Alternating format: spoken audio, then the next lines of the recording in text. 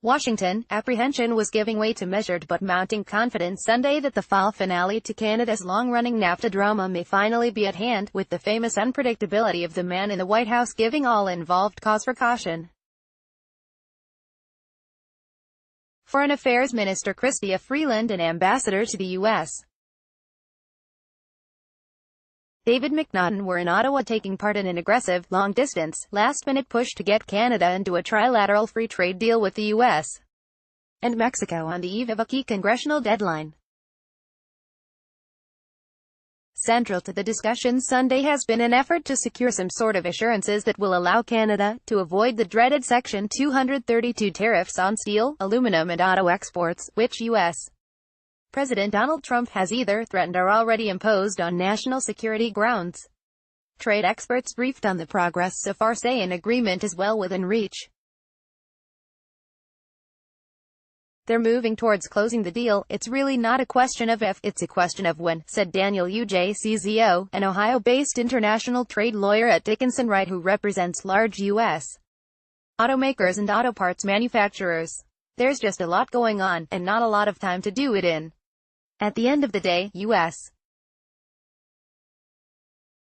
negotiators are agreeing, but it still has to be the president that signs off, and who knows where he is on things. Read more. Chrystia Freeland's most important sparring partner isn't Donald Trump. Both UJCZO and Hassan Yusuf, the head of the Canadian Labour Congress and a member of the federal government's NAFTA Advisory Council who was also briefed on the talks Sunday, say the question of how to deal with the 232 tariffs remains the central issue. UJCZO said while Canada would rather have tariff protection spelled out when the deal is announced, he expects that as a compromise, all three countries will say they plan to meet again in the near future to hammer out the details of a détente on the tariff threat.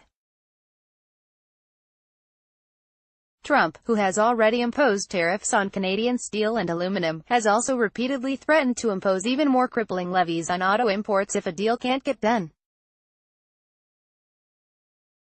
Ultimately, UJCZO said he expects Canada and the U.S. to reach a so-called side letter to the main deal that would resemble a similar agreement reached last month between Mexico and the U.S., which preserves duty-free access to the U.S. market for vehicles that comply with the agreement's rules of origin. Those rules require that a certain percentage of an imported vehicle's components be manufactured in the United States. Some have characterized the side letter as effectively establishing a quota on the number of autos that can be exported to the U.S., anathema to the very principles of free trade. But UJCZO said it would only apply to a very small percentage of vehicles that don't comply with the origin rules. When people are saying there's a cap on auto exports, it's only in the limited situation where the goods are non-conforming with the rules of origin. Say if you comply with the rules of origin, there's no way you are subject to 232 tariffs, UJCZO said. This objection is largely more philosophical than practical, the idea of having quotas as a side letter to a free trade agreement. The practical consequences are limited, if any. UJCZO said the two sides have also largely settled on a dispute resolution mechanism similar to that in the original NAFTA known as Chapter 19, an issue that has long been a major stumbling block in the talks, and on a higher duty-free threshold for goods shipped into Canada, $100, up from $20. Despite the fact that it's one of Trump's favorite talking points, the politically sensitive question of greater U.S. access to Canada's dairy market is also no longer a hurdle, say sources familiar with the talks. Yusuf was summoned to Washington on Sunday to be briefed on the progress to date. Tariffs are where the focus is, he said.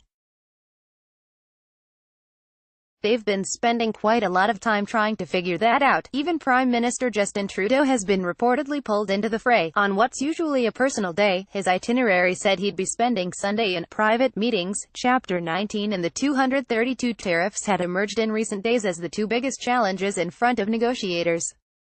And the clock is ticking. The U.S. Congress has imposed a Sunday night deadline in an effort to get a deal voted on before Mexico swears in a new government. A persistent threat of tariffs is highly unusual in a trading relationship, Yusuf said. People are working hard on the Canadian side, and I'm optimistic we'll get there, but as you know, these things are complicated. Government officials in Ottawa, meanwhile, were playing down reports that a deal is imminent. The government is still having constructive discussions with U.S. counterparts, and some progress has been made, said one insider, speaking on condition of anonymity given the sensitive nature of the talks. Our focus remains on the substance of the issues, not in timelines, and of course on getting a good deal for Canadians. More on NAFTA.